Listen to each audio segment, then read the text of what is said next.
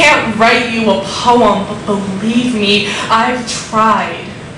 I can't accept all that you did. My father, who loved my mother but traded her for a mistress. My father, who married the mistress that was mold from abuseful, exaggerated, and overly drunken tendencies. The only woman I've ever heard my grandma call a bitch. My father, whose voice I didn't hear and face I didn't see for 3 months because he chose her over me. My father, who finally divorced again but couldn't break away from his debt. My father, who always drove after drinking and left me crying at the thought of losing him. My father, who died a week after that. Whenever I hear that someone's dead, I picture them cold, a deep shade of purple and blood running like rivers from their mouths, eyes wide open, a perfect replica of what you looked like. You were an excellent father.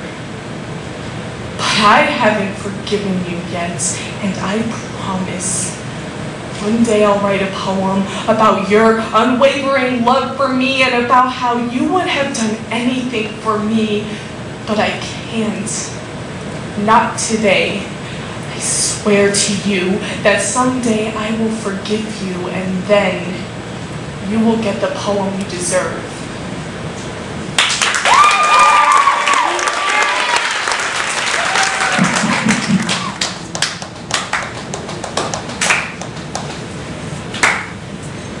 I wasn't there when you were born. I wish I could say that your birth was a picturesque hallmark moment in which I held you close to my body, and we just stared at each other in silence, forever declaring my possessive love for you, a bundle of unspoiled innocence and bliss, I, as one of your protectors until the world implodes. But cliche moments like that only exist to produce top-grossing films. For me, your birth was a phone call saying that your mother was in labor, and then the day continued as normal. I don't remember much of your infancy, short of the fact that you loved to roll off beds when no one was looking, and then you would cry for an hour because you got hurt.